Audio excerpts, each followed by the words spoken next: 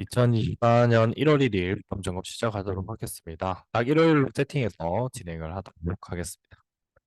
위험 점검에서 미국 은행 위험은 미국 부동산에서 리스크가 커질 때 그때 넣기로 하고요. 그래서 이 내용은 하나 줄였습니다. 지금 프로젝트 파이낸싱 때문에 그다음에 인플레이션에 대해서 우려감을 미국에서 표하면서 미국 주가가 빠졌거든요. 그거의 영향고리가 같이 움직이지 않을까 그렇게 보고 있습니다. 위험 점검은 신용위험, 환계기업, 그다음에 금융권 위험 이거는 그대로 유지하고 있고요. 프로젝트 파이낸싱으로 전부 다 촉발될 거라고 보고 있습니다. 원래부터 건설 경기 자체를 이렇게 보고 있었는데 그게 지금 터졌고 어떻게 보면 금융권에서 그다음 정부에서 잘 막은 거예요. 어떻게 막았냐면 태운 것을 보고서는 계속 돌았는데 한 일주일 연기하면서 사람들이 어떻게 됐냐면 연말 저축, 연금 저축으로 유입이 되게 하면서 주가 방어는 성공을 했어요. 다만 이제 이후에 대응이 어떻게 될지 이제 추가 매수분이 나올지에 대한 질문은 물음표입니다. 그 부분은 이제 확인하셔야 될 것 같고요. 리세션입니다. 그 다음에 이제 경기 침체죠. 그것까지 연결될 수 있다라고 보면 되는데 미국이 강하기 때문에 지금 버티는 거지 미국도 무너졌으면 같이 국제 공조가 일어나야 되고 중국이 저렇게 숙이지 않았을 거다. 그렇게 보시면 될 것 같습니다. 금리 인상 일본 이게 제일 중요한 리스크 중에 하나다. 그렇게 보시면 되고 지금은 눈에 안 보이지만 이게 터져버리면 전체적인 시장에 급락이 나올 수 있다라고 보시면 되고요. 그다음에 부동산은 중국 이것도 폭발 직전이거든요. 우리 옆에 있는 두 나라가 우리나라는 지금 벌써 터졌지만 그래도 폭이 좀 적어요. 근데 이 두 나라의 떨어지는 속도가 우리 경제에도 크게 지대하게 영향을 미칠 수 있다라고 보면 될 것 같습니다. 미국 부동산에 대한 리스크에도 계속 말씀드렸던 내용이 가겠기 때문에 그런 내용들을 한번 보도록 하겠습니다. 신용위험과 한계기업은 CDS는 동일하고요. 원달러율은 조금 내려가는 모습을 보였고 그다음에 CDS도 프리미엄도 그렇게 7K가 400까지 갔던 게 많이 떨어졌죠. 긍정적으로 보시면 됩니다. 다만 이제 프로젝트 파이낸싱 잔액이 높다고 했는데 결국에는 성장건설이 움직였고 그다음에 프로젝트 파이낸스 신용위험 확대가 계속 주의해야 된다는 그 내용은 계속 나오고 있습니다. 내년에 프로젝트 파이낸스 유동성 신용위험 문제인데 1월부터 터질 건데 그나마 다행인 거는 CES 2024에서 우리나라의 분명 신제품들 나올 거예요. 그 탄소 중립과 연결되는 탄소 중위가 연결되면서 AI 채집창 연결되는 내용들이 나올 것 같고요. 문제는 이제 프로젝트 파이낸싱이 시켜야 되는데 우리 잘 보면 베스터스 망했을 때도 이런 부동산 때문에 같이 망했다가 그 다음에 뒤에 AI나 다른 기업들까지 다 흔들려 버렸거든요. 그러니까 스타트가 됐다라고 보시면 되고 2024 짝수라고 하는 2008년도가 짝수잖아요. 2024까지 영적으로 있는 한 해가 될 수 있기 때문에 여러분들이 이걸로 올라오더라도 일부 현금 보유하면서 현금 보유를 그냥 빨리 30% 만들어도 될 필요가 있다. 그렇게 보면 될 것 같습니다. 저는 개인적으로 그렇게 보고요. 지금의 올라간 거에 대해서 너무 흥분하지 마시고, 왜냐면 우리의 관점을 돌려 지금 박스권 안에서 한번 내려갔다가 올라올 때는 그 예전의 고점을 돌파하게 될 거다. 그렇게 보시면 됩니다. 정책도 찌는데 그나마 내리는 정책들이 많아요. 다만 이제 전체적으로 경제 전체가 내려갔기 때문에 이런 정책들이 빚을 못 져라고 했지만 사회적 약자에 대한 정책들은 나오고 있는데 기본적으로 그 이익이 나는 정책들이 없다. 그렇게 보시면 됩니다. 그래서 상당히 위험하고 가계와 기업은 쓸 때까지 다 썼습니다. 그때 쓸 수 있는 데까지 다 썼기 때문에 이제는 정부는 이유 지금 정부는 이런 와중에서도 라고 하고 있어요. 그래서 건설업이 더 힘들어질 거예요, 결국에는. 이제 그렇게 보시면 될 것 같습니다. 제2금융권 은행 위험인데 이게 지금 여기에요. 다행인 건 이런 고점은 안 찍을 것 같아요. 비슷하게 요렇게 막을 것 같아요. 저는 이렇게 막을 것 같은데 상승이 일어나도 요런 상승, 요 정도의 상승만 나올 것 같거든요. 그러니까 상승이 높아요. 떨어지는 게 뭐가요? 떨어지는 게 더 무서운 구간이거든요. 그렇게 보시면서 시장 대응 해주시면 좋을 것 같고 프로젝트 파이낸싱은 아홉 단종이죠. 3조 2천억의 연체액이 있고 146조 중에서 3조 6천억의 연체가 있고 이게 못 막아버리면 흔들거립니다. 근데 못 막을 가능성이 높아요. 정말 돈을 풀어요. 안 풀고 있잖아요. 수익을 났단 말이에요. 채권 발행해서라도 받아주면 미국처럼 하면은 경기가 지탱되는데 그렇게 안 되면 힘들어진다라고 보면 되는데 우리는 미국과 중국의 샌드위치 상황이기 때문에 그렇게 마음대로 하지 못하고 중국과 그거에 대해서 생각 자체가 없어요. 지금 EU 정부는. 그나마 금융위원장이 작년에 강원랜드 막았죠. 이번에 태영건설 막는 것 같거든요. 그러니까 내년에도 하나 더 막아야 될 것 같아요. 딱 세 개 정도를 막아야 그분이 이제 임기를 물러날 것 같은데 그분이 진짜 나라를 구한 것 같아요. 그분이. 금융위원장 쪽은 누군지 모르겠어요. 그 분명히 헤드 그분이 진짜 똑똑하거나 아니면 헤드가 진짜 똑똑하거나 그렇게 보고 있고요. 한국은행은 지금 금리 인상을 할 수가 없어요. 금리 인하도 함부로 하지 못해요. 갭이 크기 때문에 미국이 내려와야 그나마 가능하다라고 보시면 되고요.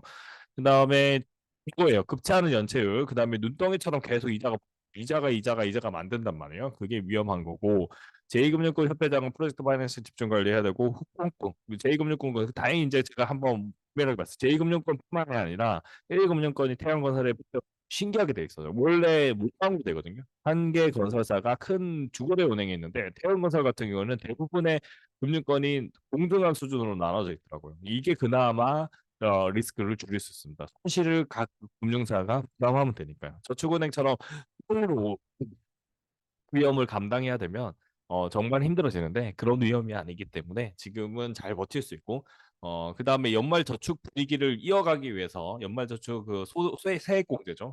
돈 있는 사람들이 세액 공제인데 저는 지금 느낌상 이상하게 올해 연말, 작년 연말이 고점 같아요. 고점 같은데 그 이유가 이렇게 분위기 좋았던 연말이 없었어요. 태양건설 내용만 빼면. 근데 태양건설은 언제 터졌어요? 연금저축 끝나고 난 다음에 사실상 터졌단 말이에요.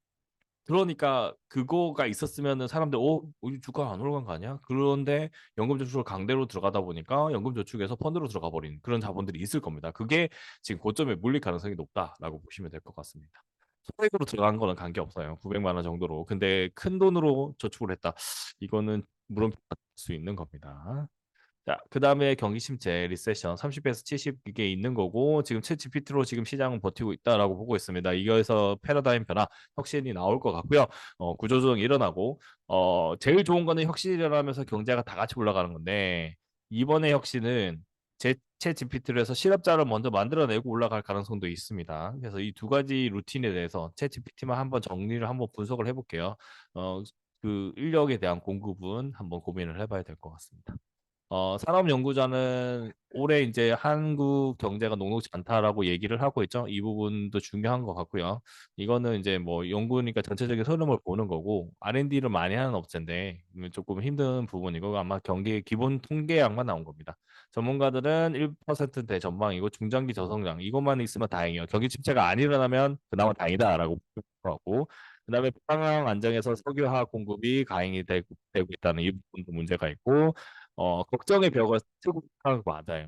지금 그런 상황이에요. 프로젝트 파이낸스 터진다 해도 올라가잖아요. 근데 음, 이거는 연말 분위기에 편성해서 올라가는 면이 있고 내 힘이고 근데 이제 연초가 됐을 땐 가연인지에 대한 질문은 있습니다. 미국 증시는 전망은 낙관이고 비관론 양분돼 있고 저도 약간은 근데 낙관에 따라서 우리는 올라오는 종목들을 일부 탈출하고 비관에 따라서는 떨어지는 걸 대비하기 위해서 현금 보유 이 두 트랙 전략이 맞는 것 같아요. 저도 지금 풀 베팅 냈기 때문에 하락은 더 이상 추가 베팅은 안 할 거고요. 사실상 지금 기준으로 시장 대응할 거다. 이렇게 봐주시면 될 것 같습니다. 금리 인상 1% 상한인데 이게 깨질 것 같아요. 그러니까 일본이 마이너스 금리가 될 수 있고 유럽 경기는 서서히 회복한다. 그러면 인플레이션이 유지가 될 거거든요. 그러면은 마이너스 금리를 못하게 될 수 있을 것 같고 엔화 강세로 못 돌아가는 이유는 사실상 이거는 중앙은행 정책에 따라서 움직이기 때문에 그렇다라고 보시면 됩니다. 근데 엔 마이너스 금리가 종료되면 자금 대이동 이때 히트가 거릴 수 있다라고 보시면 되고요. 곧 금리 인상이라는 이슈는 계속 나오고 있다. 그리고 달러는 절상되고 엔화 환율이 하락하는 그런 모습이 나올 수 있다. 그렇게 보시면 될 것 같습니다.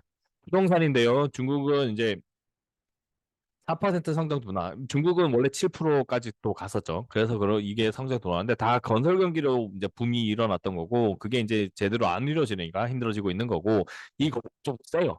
그렇기 때문에 이게 부서지면은 한 번은 우리나라까지 휘몰아치고 있고 지금 이미 휘몰아치고 있고요. 부동산 경기 침체가 내년에도 계속 될 거다라고 보고 있고 부동산 경기 부진에 이제 철강업까지 힘들어지고 있고 철강이 저가로 파니까 우리나라도 철강 쪽이 힘들어질 수 있죠. 그래서 약간 그렇게 해야 됩니다. 그다음에 전기차도 완전 경쟁 시장 되다 보니까 2차 전지 회사들이 가격을 깎아야 되는 이상한 경우가 있어요. 그럼 결국 누가 유리하냐? 시장을 지배한 사가 유리해요. 그래서 테슬라가 유리하는 거죠.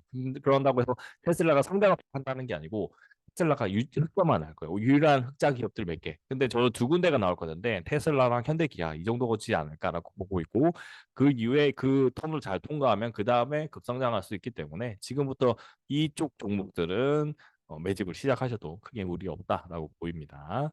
단 승자는 아니라니까 승자가 확실하게 나올 때까지는 기다릴 필요가 있습니다. 미국 상업용 부동산 위기는 아직 안 끝났다는 리포트 나와 있고요. 20% 디폴트 우려, 20%는 부동산에서는 잘 일어나는 이유입니다. 그리고 요게 납득이 가능한 게 기존에 고, 고액에 내던 데보다 바깥으로 외곽 지역으로 와서 자기 경쟁에 있는 기업들이 자기 본사를 차려요. 애플 같은 것들 옛날에 찾았죠. 그러니까 그런 것들이 자주 일어나 버리면 결국에는 상업용 부동산들 신기업들이 계속 나오지 않으면 힘들죠.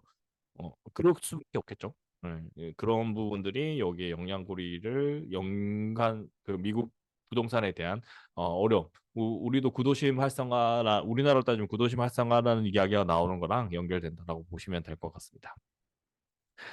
세계 부동산 모두 침체인데 왜 프로젝트 부실이 터졌냐라고 돼 있는데 이게 자본을 조달하는 방식이 다른 겁니다. 그러니까 미국은 그러니까 총 사업비 20, 30% 초기 자본금 만들고 담보대출로 가지만 이게 그 우리는 투자자들로부터 자금 조달하니까 투자자들이 그냥 바로 그냥 자기 책임하에 투자하는 건데 프로젝트 파이낸싱은 은행을 끼고 들어가는 거잖아요.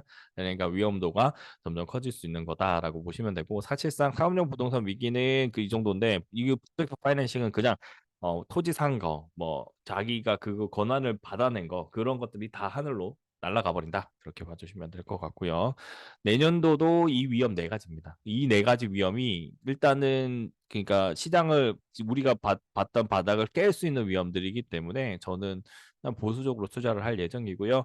찐바닥이 오면 이제 올해 만약에 밑에 있는 작년에 저점이었던 그 저점을 뚫고 내려가 준다면 그때는 이제 현금 보유 10%도 안 하고 그냥 다 그냥 주식 투자로 진행할 예정이다라고 보시면 됩니다. 다만 이런 거예요. 긴 꼬리, 긴 꼬리의 망치 모양을 제대로 만들 때 그리고 긴 꼬리 구간에서도 납득되지 않는 이게 1800이거든요. 긴 꼬리가 아마 1800 안에 들어갈 건데 한 달 기준입니다. 한 달 기준에 차트가 이런 모양이 나오고 이 안에 1800 이하가 떼면 저도 이제 추가 매수를 진행을 해서 제대로 적립식으로 하든 뭐 있는 돈 없는 돈 다 땡겨서 투자를 하든 그런 식으로 진행을 해보려고 합니다. 한 해 동안 제가 이제